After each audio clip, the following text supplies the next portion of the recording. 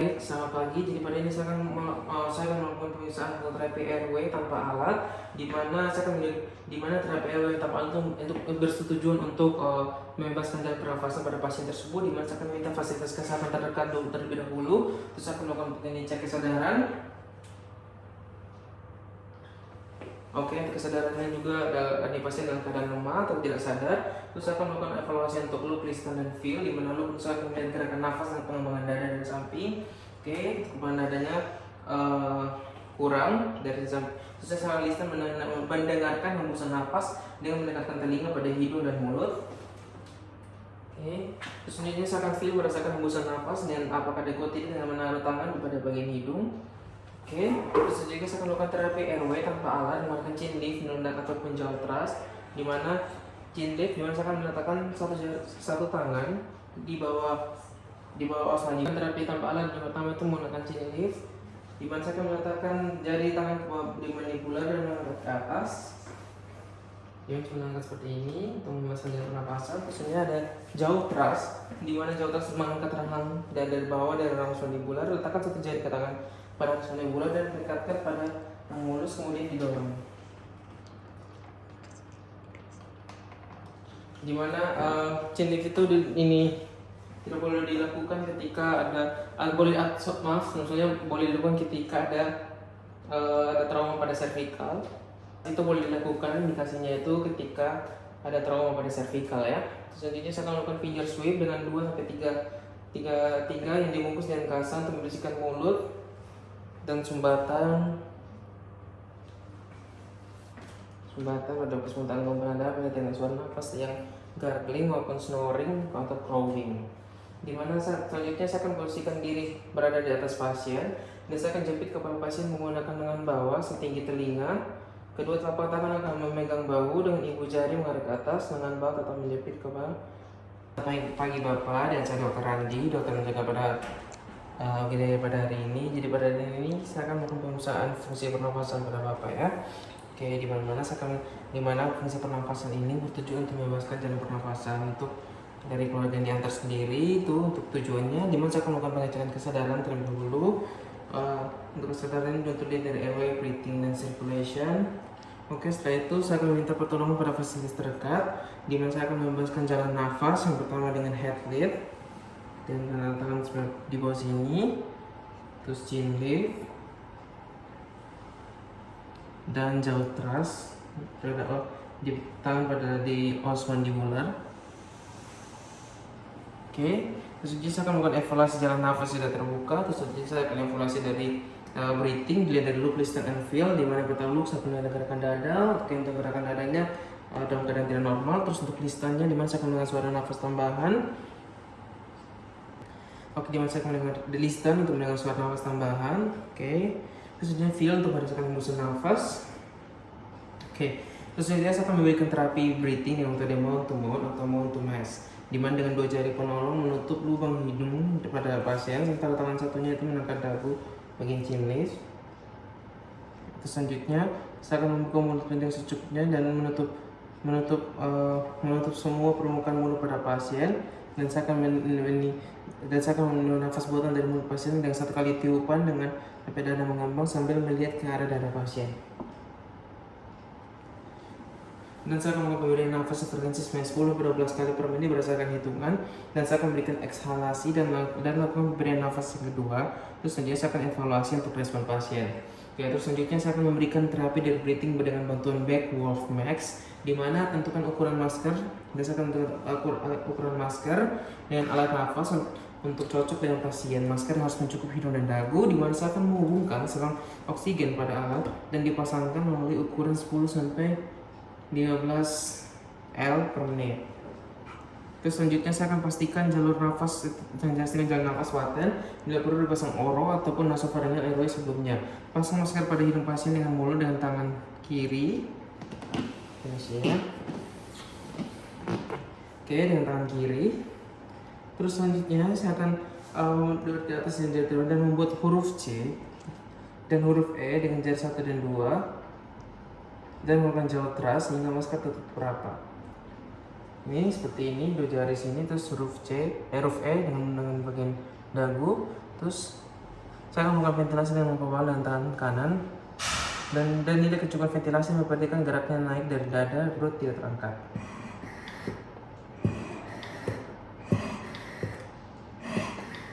Oke, jika sudah ventilasi pasien dengan rate 10-12 kali per menit setiap 5-6 detik, terus selanjutnya saya akan menilai respon dari pasien. Oke, untuk respon pada pasien sudah tergolong cukup baik.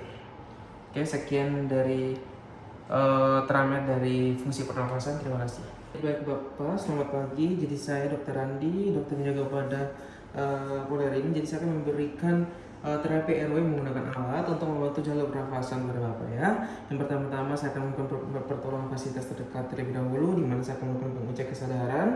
Oke, setelah melakukan pengecekan kesadaran, saya akan mulai dari airway untuk evaluasi dari airway untuk look, listen, and feel, di mana look untuk melihat gerakan nafas dan pengembangan darah dari sisi samping. Oke, terus saja ada listen untuk mendengarkan hembusan nafas dengan mendengarkan telinga dan hidung dan mulut. Terus selanjutnya saya akan melihat feel untuk merasakan nafas, di mana apakah ada kuat atau tidak. Oke, terus selanjutnya saya akan menilai untuk nasofaringal dari airway, di mana nilai nostril untuk mencari itu lebih lebar dan tidak ada obstruktif untuk polip atau fraktur maupun pendarahan. Di mana saya akan pilih nasofaring dengan ukuran kelingking pada pasien.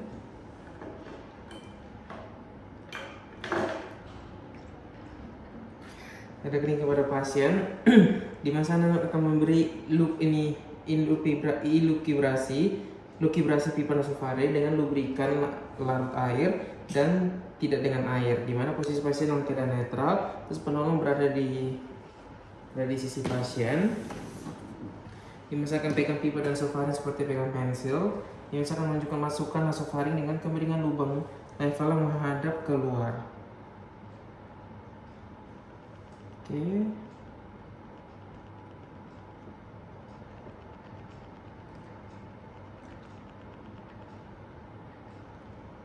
Oke, setelah saya pegang pipa nasofaring seperti pensil, dan saya insersi dengan lembut dan dorong ke faring ke arah posterior.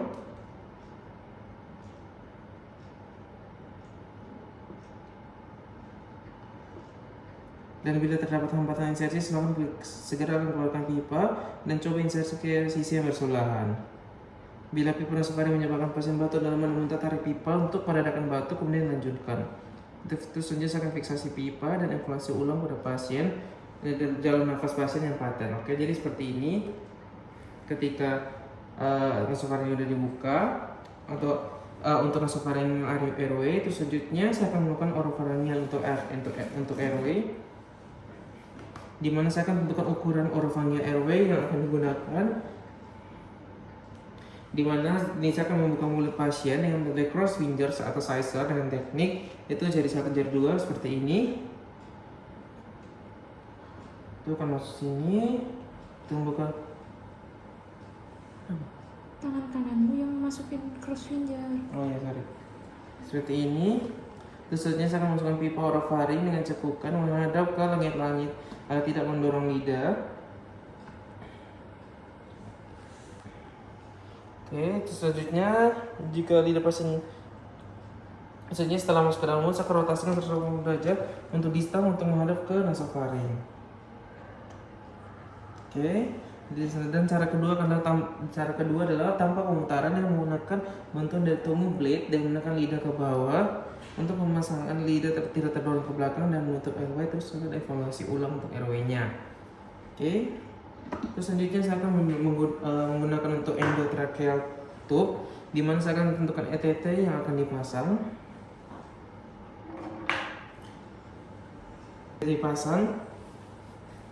Terus selanjutnya saya akan memposisikan pasien dengan morning air position, di mana sedikit advansi dan bantal diletakkan pada bagian bawah kepala. Oke, di mana saya akan lepaskan orofaringal airway yang sudah dipasang tadi. Terus tangan kiri akan memegang laryngoskop, di mana saya akan menggunakan laryngoskop airway jika sudah laryngoskop dan masukkan secara gentle pada posisi kanan mulut ya. Terusnya saya akan menggunakan laryngoskop dan hindari mengungkit gigi, di mana saya akan mengangkat epiglottis lebih ke terlihat warna lebih pucat. Yang saya akan memasukkan untuk laryngoskopnya. Oke, terus selanjutnya saya akan memutar. Oke, di sini saya akan evaluasi laryngoscope dan hindari mengungkit gigi badan, gigi dan gigi bagian atas. Hal ini akan mengangkat epiglottis sehingga plika vokalis terlihat warna lebih pucat, dan bila terlihat minta bantuan asisten untuk melakukan Burke maneuver atau back upright pressure pada cartilago cricoid sampai terlihat plika vokalis, di mana saya akan masukkan ETT melalui sisi kanan mulut. Ini saya masuk ke kanan mulut, di mana setelah masuk ETT nih ETT di sisi kanan mulut, di mana bibir uji masuk ke traket cut ETT melalui plika vokalis dan kedalaman 23 cm untuk laki-laki dan 21 cm pada perempuan dewasa.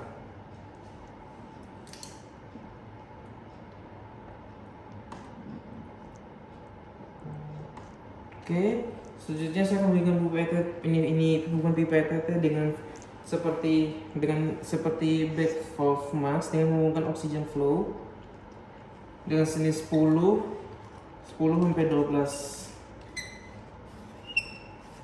setekat. Oke, selanjutnya dengan flow 10 sampai 12 kali L per menit dengan kembangkan cuff ETT secukupnya sampai tidak ada kebocoran udara dengan 10-20 cc yang berisi udara.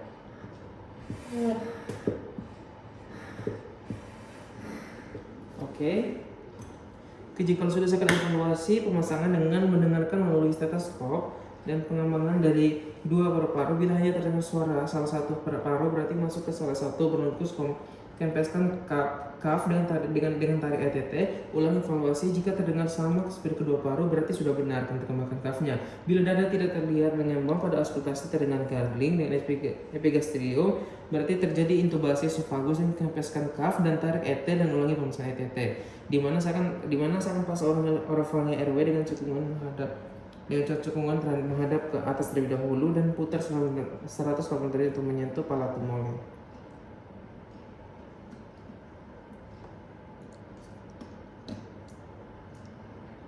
Oke, jika sudah, setelah saya akan ETT masuk terakhir dan suara nafas terdengar sama pada kedua kali, kemudian fiksasi ETT dengan plaster dan saya akan evaluasi ulang untuk airway-nya. Sekian, terima kasih.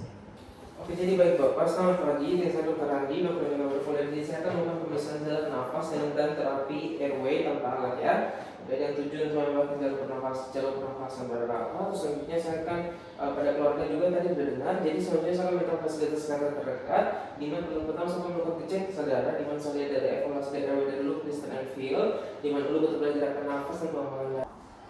Selanjutnya setelah video pengusaha nafas tadi kemudian apakah dia waktu kita itu sebenarnya akan memberikan terapi airway tanpa di mana itu chain lift dan jauh keras, di mana chain lift menggerakkan satu jari daripada mandibular untuk mengangkat, terus untuk jauh keras untuk menekan pada bagian dari os mandibular tersebut dan mengangkat untuk mempersempit jalan pernafasan. Di mana saya melakukan finger sweep yang grup ketiga dibungkus dengan kasar untuk membersihkan mulut dari sumbatan.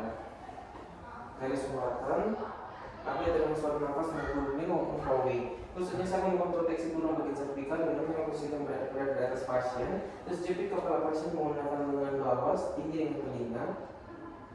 Memposisikan berat pada atas pasien dan jepit kepala dari pasien yang menggunakan lengan bawah setinggi telinga dan juga telapak tangan menggunakan lengan bahu setinggi di jari, lengan dan jepit kepala pasien. Dan saya meminta bantuan asisten untuk mengambil polar press dan bantal pasien. Bu, tolong Bu. Ujung polar press kira kurang sesuai masukkan ke dalam sisi ke belakang melewati leher.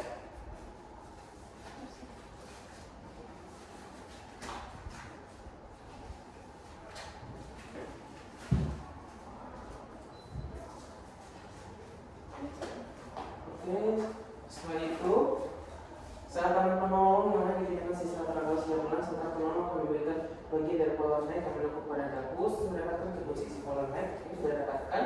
Misalkan evaluasi polar brace, jangan terlalu ketat untuk longgar, pasang bantal kedua sisi leher dan perhatikan posisi perkembangan pasien.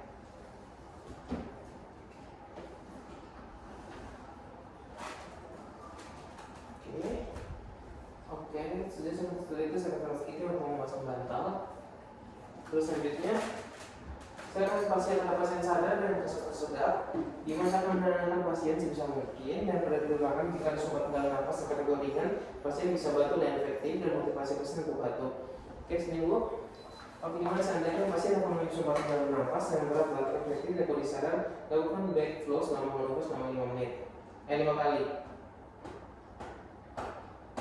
Oke, lakukan dengan letakkan dada keras pada titik 9 garis atau balikan di garis punggung belakang dengan melakukan telapak tangan. Selanjutnya saya akan melakukan Heimlich maneuver untuk abdominal thrust, di mana itu menaruh tangan pada bagian dari abdomen, permisi. Jadi tangan seperti ini nanti, tangan seperti ini, dan saya akan menekan kedua tangan untuk mendadak pada bagian bawah hati. Terus selanjutnya untuk pasien bayi lakukan chest thrust. Terus selanjutnya saya akan evaluasi kondisi pasien, apakah sumber sudah bisa keluar, apakah pasien menjadi tidak sadar. Dimana jika pasien tidak sadar, saya segera melakukan CPR untuk pasien anak bayi jalan nafas, saya dahulu coba berikan nafas buatan. Oke, sekian, terima kasih.